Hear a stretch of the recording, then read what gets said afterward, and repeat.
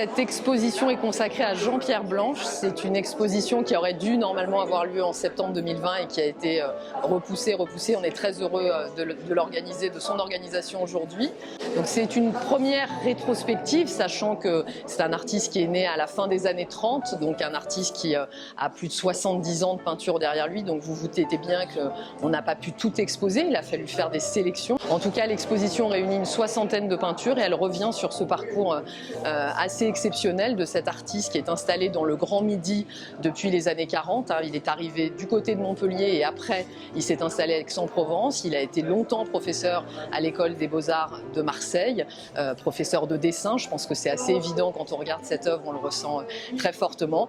Et c'est un artiste qui a en fait une carrière assez discrète, donc on est très heureux de pouvoir un peu le révéler comme ça au grand public. Jean-Pierre Blanche, même s'il a 94 ans, est bien un peintre contemporain. Alors quand on fait le tour de l'exposition, on se rend compte qu'il y a des sujets qui reviennent vraiment. Donc le sujet principal, je dirais que c'est la description du monde qui l'entoure.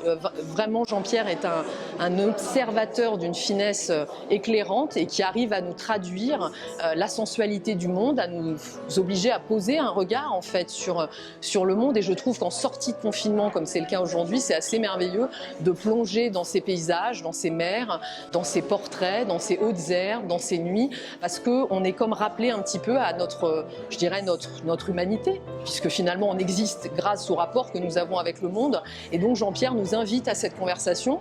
Techniquement, c'est un peintre virtuose, il n'y a rien à dire. C'est un artiste qui travaille beaucoup le pastel à l'huile. Alors on a souvent l'idée que le pastel est une technique un peu désuète, mais c'est une technique au contraire qui s'accorde très bien avec la singularité des écritures contemporaines, puisqu'on peut jouer vraiment sur la profondeur, le velours, l'épaisseur, la texture. Et la texture, évidemment, quand on représente la nature, c'est quelque chose de fondamental. Il y a quelque chose aussi, je dirais un peu de la récurrence, c'est-à-dire que ce sont des sujets qui l'accompagnent, ce sont ces sujets de vie, donc on va avoir des répétitions. On verra dans l'exposition Les Arbres, la grande série sur le cèdre qui est dans son jardin autour de son atelier, et c'est un thème qui revient et qui à chaque fois est repensé, réinventé, transfiguré. Donc c'est vraiment cette conversation que Jean-Pierre a avec le monde, et c'est vraiment le résultat de cette conversation qu'il essaye de nous transmettre. Donc j'ai énormément appris grâce à lui, j'ai énormément appris sur ma propre humanité, parce que c'était formidable d'avoir la chance de travailler avec lui, à construire cette œuvre, à vraiment être avec lui sur chaque tableau, à dire non,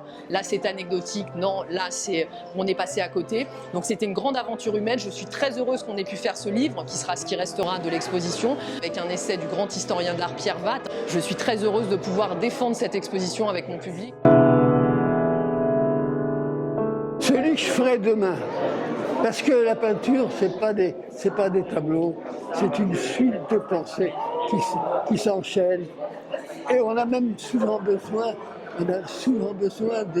d'avoir des tableaux sous les yeux qu'on a fait pour pouvoir continuer. C'est un fil qui continue. Il y a des tableaux que j'aime bien garder avec moi, qui m'aident à faire le lien. Difficile à dire tout ça. Au fond, les peintres n'ont pas besoin de parler.